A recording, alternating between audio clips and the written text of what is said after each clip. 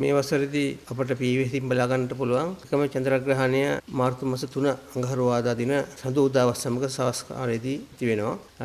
දැන් මේ චන්ද්‍රග්‍රහණය පූර්ණ චන්ද්‍රග්‍රහණයක් වශයෙන් ලෝකේ බොහෝ රටවල් වලට දිස් වෙනවා. විශේෂයෙන් ඕස්ට්‍රේලියාව, චීනය, ඇමරිකාව, දකුණු ආසියාවේ රටවල් බොහොමයකට දිස් වෙනවා. මේ ලංකාවේ අපිට මේක දිස් වෙන්නේ අර්ධ චන්ද්‍රග්‍රහණයක් වශයෙන්. ග්‍රහණය 2:17ට ආරම්භ වුණත් හවස මේ ග්‍රහණය අපිට පේන්න පටන් ගන්නේ සඳු උදාවත් සමග නැගෙනහිර සිටිදෙන් පස්වරු 6:21 සිට දිස් වෙනවා. ඒ 6:27 වෙන විට උපරිම අවස්ථාව උදා වෙනවා. මේ අවස්ථාවේදී චන්ද්‍රයාගෙන් 30%ක් විතර අපේ පෘථිවියේ ඡායාවෙන් වැහිලා දිස් වෙනවා කළු ඡාපයක් වශයෙන්. ඉන්පසු 6:47 වෙන විට මේ ග්‍රහණය අපිට පියවි හැදට දිස් වෙන එක නැතුව යනවා. ඒ කියන්නේ අර්ධ චන්ද්‍රග්‍රහණය අවසන් වුණත් ඊට පස්සේ පෘථිවියේ උපඡායාව හරහා චන්ද්‍රයා ගමන් කරනවා. එවිට චන්ද්‍රයාගේ එළියේ යම්කිසි සුළු අඩුවීමක් හැර අපිට පියවි හැදට ලෙසින් බලා ගන්න බෑ. මේකට අපි කියනවා ඡායා චන්ද්‍රග්‍රහණ අවස්ථාව කියලා. දැන් මේ ග්‍රහණයෙන් පස්සේ අපිට ලබන අවුරුද්දේවත් පියවි හැට දකින්න පුළුවන් ග්‍රහණයක් ඇති වෙන්නේ නැහැ. විශේෂයෙන්ම ඡායාග්‍රහණයක් තමයි ලබන අවුරුද්දේ තියෙන්නේ.